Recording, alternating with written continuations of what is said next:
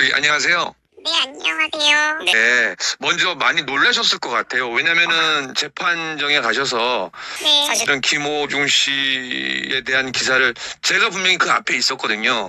그때 그래서 호중 씨에 대해서 있는 그대로만 써주세요라는 그 말만 들었거든요, 저는. 네. 그리고 제가 기자 앞에 같이 저를 보셨죠, 그때? 네, 봤습니다. 네. 그래서 그때 지금 어머니라고 처음에는 기사가 쓰여졌다가 또 어머니 사칭이라는 존재가 되셨는데, 뭐 제가 알기로는 지금 뭐 사회적으로도 지위가 있어서 그런 뭐 코멘트는 할 수는 없지만서도 좀 많이 놀라셨고 당황스러우셨겠어요. 아니, 저는 제가 김호중 씨 엄마라고 얘기를 한 적도 없고, 네네네. 또, 이렇게 사칭녀는 결국엔 사기꾼이라는 얘기에 저는 사실 경악을 금치를 못했어요. 그래서 제가 직접 언론사들한테 전화를 할까라고 생각을 했었는데 변호사님들이 그렇게 하지 말라고 하시더라고요. 그러면 또 이상해져요.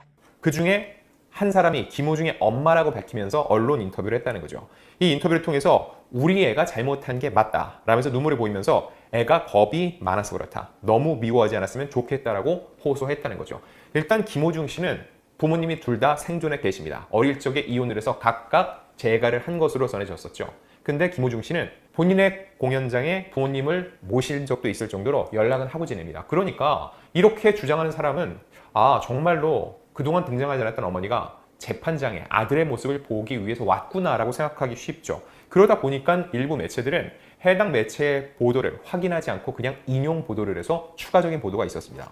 그런데 확인을 해보니까 이날 김호중 씨의 모친은 법정을 찾지 않았습니다. 김호중 씨 측 관계자를 통해서 직접 얘기를 들을 수 있었습니다. 아버지랑 같이 온 것 같은데, 그렇죠. 예, 아버지 여자친구인지 뭔지 정확하게 아무것도 모르겠어요. 왜냐면 물어보질 않았으니까. 근데 아버지가 현장에서 엄마가 아니다라는 거는 얘기를 정확하게 했다고요. 그러니까 아버지랑 같이 온 사람인데, 네. 근데 엄마, 아버지 엄마 아니다. 응. 근데 본인이 엄마인 것처럼 얘기를 한 거잖아요. 그러니까요. 그게 이해가 안 되는 거죠. 자, 정리를 해볼게요.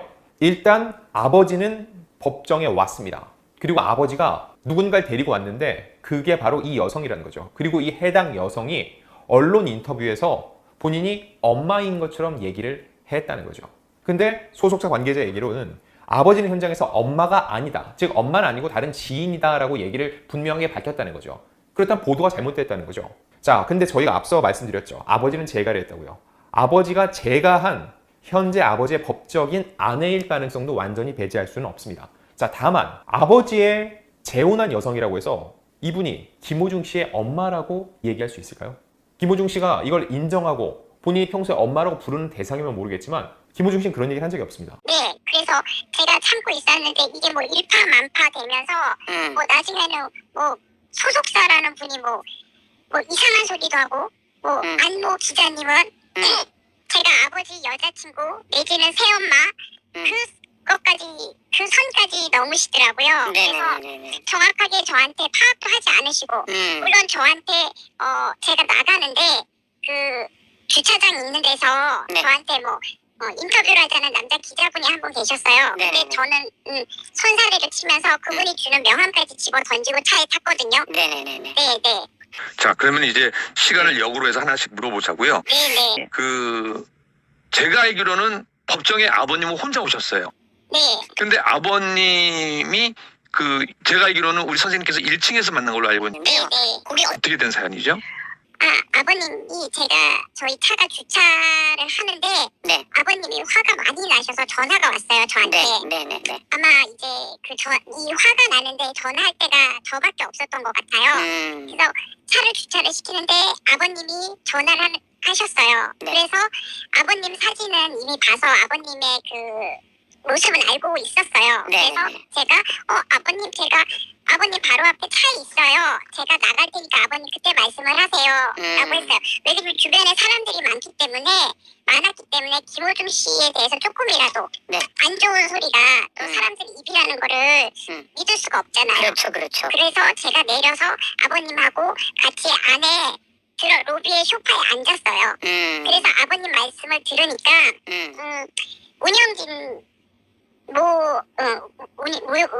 분들이 그때 제가 알기로는 한 17명 정도 왔죠? 30명 왔었어요. 30명. 네, 그래서 운영진 분들이 자기네가 여기서 줄을 서서 뭐 안티도 막아야 되고 뭐도 막아야 되기 때문에 자기네가 들어가야 된다라고 하면서 아버님한테 출입이 안 된다고 했대요. 그래서 원래는 법적으로 가족은 들어가는 걸 허용이.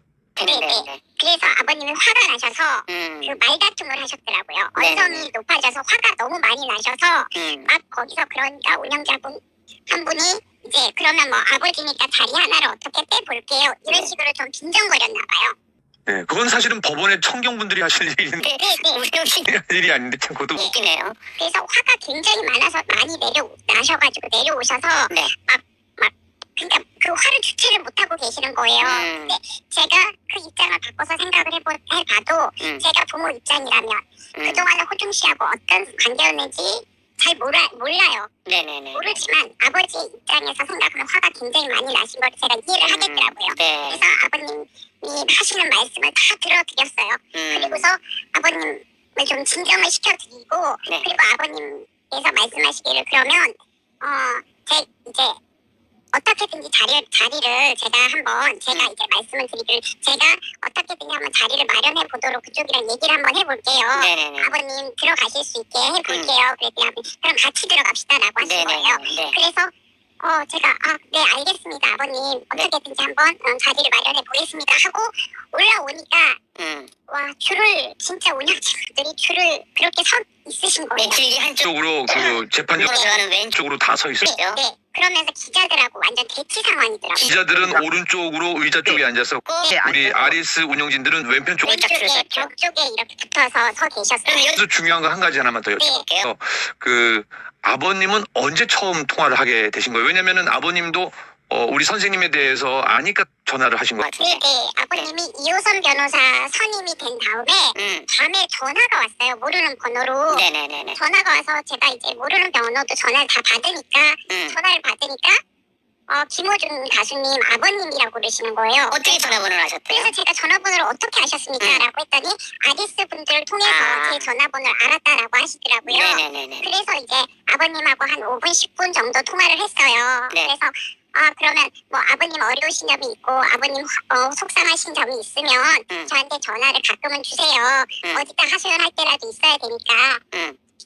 그러니까 그때 통화하시고 그러면 법정에서 또 그 다음 통화를 하신 거네요? 네네 그렇죠. 아니 한 번 통화하고 두 번 통화했는데 소속사 홍보대 행사는 쓸데없는 뭐 애인인지 아닌지는 모르겠고 왜 그런 말들을 할까요? 사람들은 저 화가 나네요. 그걸 네. 그대로 받아 쓰는 기자들이나 언론사나. 근데 또 한 가지 궁금한 게요. 제가 그날 바로 그 여자 기자 4명 줄고 앉아 있는데 같이 있었잖아요. 서 있었고. 네네 그리고 거리도 뭐 1m도 안 된 한 몇십 센치, 50cm 정도 있었는데 거기 오셨어요. 네네 그래서 뭐라고 말씀하셨죠? 제가 말씀드린 거 그냥 있는 그대로 기사를 써주세요. 보이는 대로 들리는 대로만 써주세요 라고 말씀드렸어요. 근데 거기에서 이제 많은 기자들이 오해하는 게 우리 애가 원래 겁이 많아요.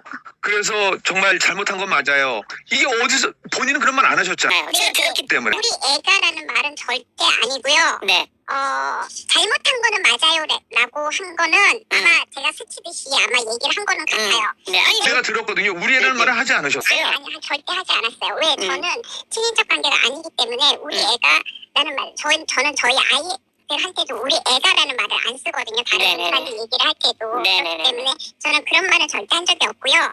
아버님하고 저하고 앉아 있는데 그 건너편에 이제 아리스 분 한 분이 저한테 자기들끼리 이제 말씀을 하시는데 동글동글한 게 호중 씨 엄마인가 봐 라고 하셨어요. 미치고 환장하네. 아니 사실은 운영진들은 호중 씨의 그런 내부 사정은 다 알기에 어머니를 사진을 본 사람도 많거든요. 네네. 그런데 선생님은 체형이 되게 작으시잖아요. 네네. 그리고 긴 머리 안경 쓰시고 굉장히 작은데 아니 제가 볼 때는 호중 씨 어머니랑 이렇게 체형이 달라요 완전히.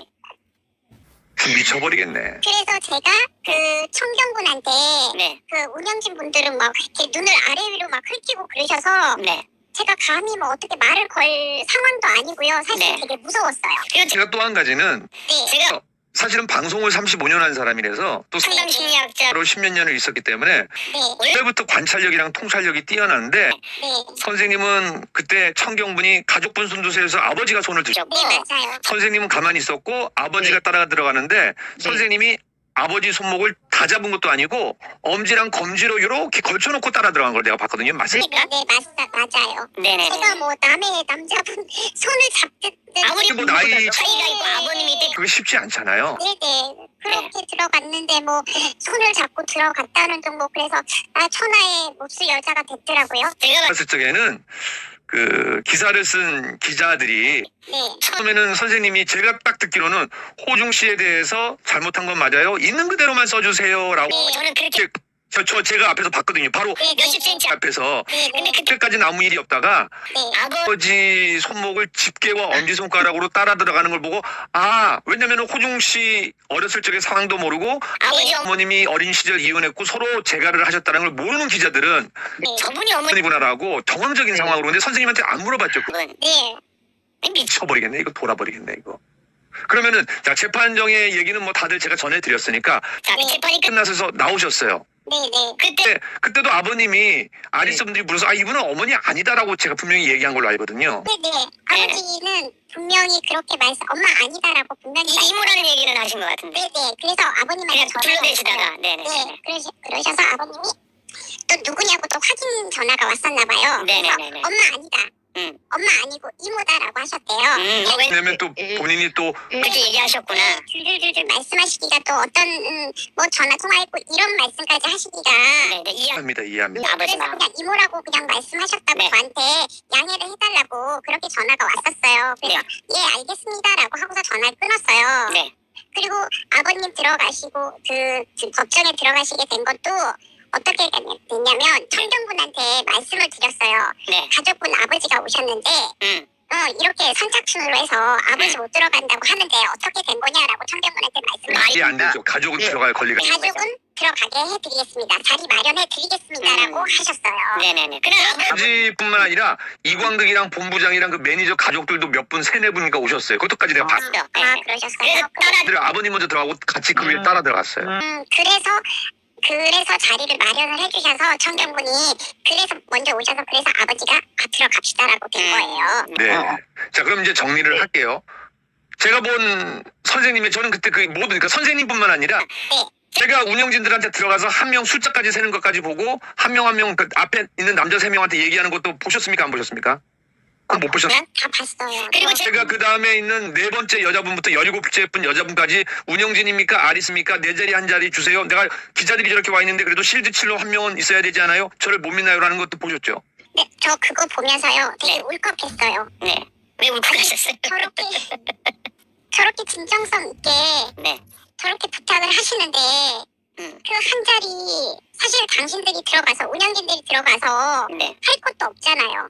그분들 떠들다가 왜냐면 호중 씨가 다리 좀 저니까 울다가 웅성웅성하다 쫓겨났고요. 전부. 네, 그게 어떻게 된 거냐면요. 김호중 씨가 다리가 많이 아픈 것 같았어요. 아프죠. 불편하지. 굉장히 다리를 절면서 들어왔어요. 들어왔는데 그걸 보시면서 웅성웅성하고 이제 그 저기를 하시니까 울고 그러시니까 판사님이 마이크로 말씀하신 것도 아니고요. 그게 마이크로 얘기해서 김호중 씨 뒤에 판사님 굉장히 배려가 많으신 분이고 제가 김호중 씨에 대해서 굉장히 호의적이시구나를 느낀 게 그 모습이었어요. 그 법정 경비분한테 손짓으로 하셨어요. 그러니까 김호중 씨는 그분들이 퇴장당한 것도 몰라요. 모르고. 그러니까 나는 마이크를 통해서 나가라고 한 줄 알았는데 청경분한테 부탁해서 저분들 나가게 해라고. 네. 그래서 김호중 씨가 나간지도 모르게 김호중 씨에 대한 배려더라고요. 그래서 나중에 들으니까 거기서 그렇게 해서 멘탈이 흔들려 버리면 그 안에 구치소에 가서 굉장히 힘들대요 생활이. 그래서 손짓으로. 그러구나. 아니 제가 언론사 대표한테 들은 거는 그러니까 물론 기자를 통해서 들었겠죠. 어느 기자란 말씀 안 드리겠습니다. 근데 거기 있던 아리스 분들이 호중 씨가 절면서 나와서 울고 웅성웅성 하니까 쫓겨났다고 하는데 그렇게 된 거군요. 그러니까 판사분이 배려가 좀 있으셨네. 네, 굉장히 제가 그래서 김호중 씨 재판이 정말 잘 되겠다라고 생각한 게 그 쳐다보는 눈빛이 굉장히 호의적이셨고 말씀하시는 것도 그랬고 김호준 씨에 대해서 배려가 굉장히 있으신 그런 판사님이셨어요. 그러면 요거는 사실은 또 공중회의가 선생님 개인적인 의견으로 제가 하고요. 자, 그러면 여기서 제일 중요한 거.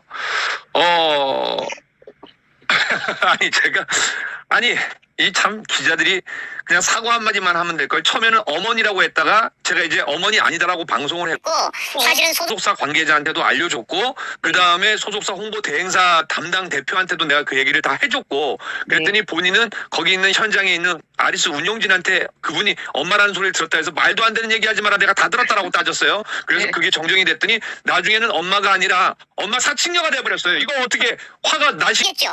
어마어마하게 났어요. 저 지금 한 3일 동안 지금 잠도 못 자고 와 이거를 제가 살면서 와 이거 사기꾼 된 거야? 제가 안 할 하는데 말이 없어요. 사실. 선생님 죄송한데 제가 선생님이 호중 씨에 대한 그 열심히 돕는다는 걸 알고 저도 선생님 연락처를 아리스를 통해서 알았거든요. 그래서 제가 뭐 많이는 하지만 한두 번 전화해서 여러 가지 상황을 좀 점검을 했었고, 그리고 그날 저는 선생님 법원에 온다는 거 몰랐는데 그래서 아버지 옆에 있었던 분 있었고, 그래서 그래서 눈치로 알게 됐는데, 그래서 저는 아버지한테도 인사를 안 하고 기자는 제가 기자 쪽에 있었고, 근데 어떻게 이런 일이 일어납니까? 이게 다 미친 거 아닙니까? 저는요 대한민국의 언론이 그 연예인과 연예인 가족들 그리고 연예인 주변 지인들한테 얼마나 가혹하고, 제가 이번에 느낀 게 이선균 씨가 그런 선택을 할 수밖에 없었겠구나를 느꼈어요.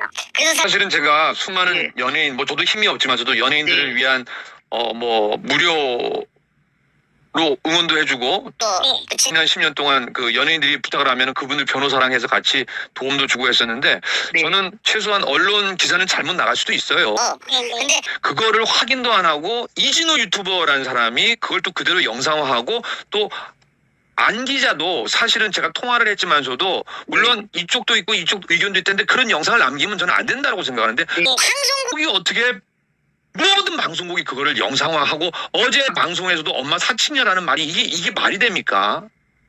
아니 제가 이 주변에서 얘기를 해서 안모 기자 거는 봤어요. 그런데 어떻게 제가 그렇게 아버지 여자친구, 제가 아버지하고 어떤 뭐 애정행각을 한 것도 아니고, 그런데 어떻게 거기까지 머리가 돌아가지?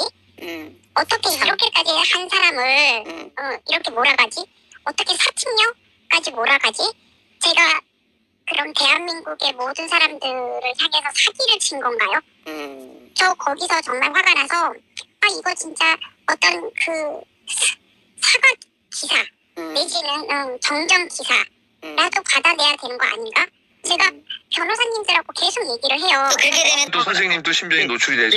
그래서 그냥 가만히 계시는 게 또 이제 김호준 가수님이나 저를 위해서 좋습니다. 지금은 때가 아닙니다라고 말씀들을 하시는 거예요. 이게 제가 사실은 그 언론중재위원회 이진호 씨 관련해서 그 기자 몇 명을 이제 2명 정도를 고발을 해서 제가 진행을 했는데, 이 정도면 선생님 언론사들 다 정정 보도 내고 반론 보도 내고 사과하고, 심지어는요 벌금 나름대로 그 일정 부분 선생님이 정신적인 고통을 받은 것까지 선생님한테 그 민사로 다 물어줘야 돼요. 저는 그나마 권영찬 교수님께서 그래도 그 반박 기사를 계속 내고 계시더라고요. 반박 영상을 계속 반박 영상을 계속 내고 계셔서 그나마 거기서 위안을 받고 있거든요. 와, 저는 정말 제가 계속 김호중 씨에 대해서 계속 꼬리를 물는 그런 기사들을 보면서 화가 많이 났기도 했었지만, 아니 이 정도면은 끝내야 되는 거 아니에요? 사칭녀 제가 무슨 그러면 대한민국을 국민들을 상대로 해서 사기를 치고, 또 김호중 씨를, 그럼 김호중 씨가 이 상황에 대해서 알면 그 안에서 얼마나 마음 상하고 속상해하겠어요. 참 교수님. 다시 한번 제가 저는 개건 기자로 활동하고 방송을 35년 했지만서도 저도 한번 다시 한번 놀라고 충격이었고 선생님한테 죄송하다는 말을 제가 전해드리고 이 영상을 통해서 네.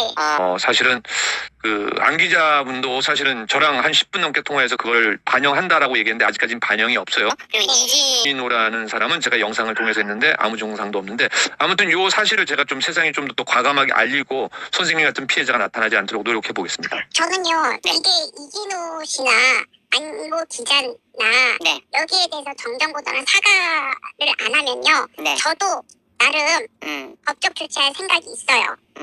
제가 알기로 저는 선생님 지위나 그런 걸 다 알아서 충분히 힘이 넘치시는 분인데 아무튼 요번에 마음이 속상하실 것 같은데 제가 대신 사과드리겠습니다. 오늘 바쁘신데 이렇게 통화해 주셔서 감사하고요. 제가 좀 중심을 잡아서 이 잘못된 거 네, 얼마나 제대로 돌려놓을 수 있는지는 모르겠지만 저도 노력해 보겠습니다. 네, 감사합니다, 네, 교수님. 바쁘신데 감사합니다. 감사합니다. 네, 고맙습니다. 네, 들어가세요.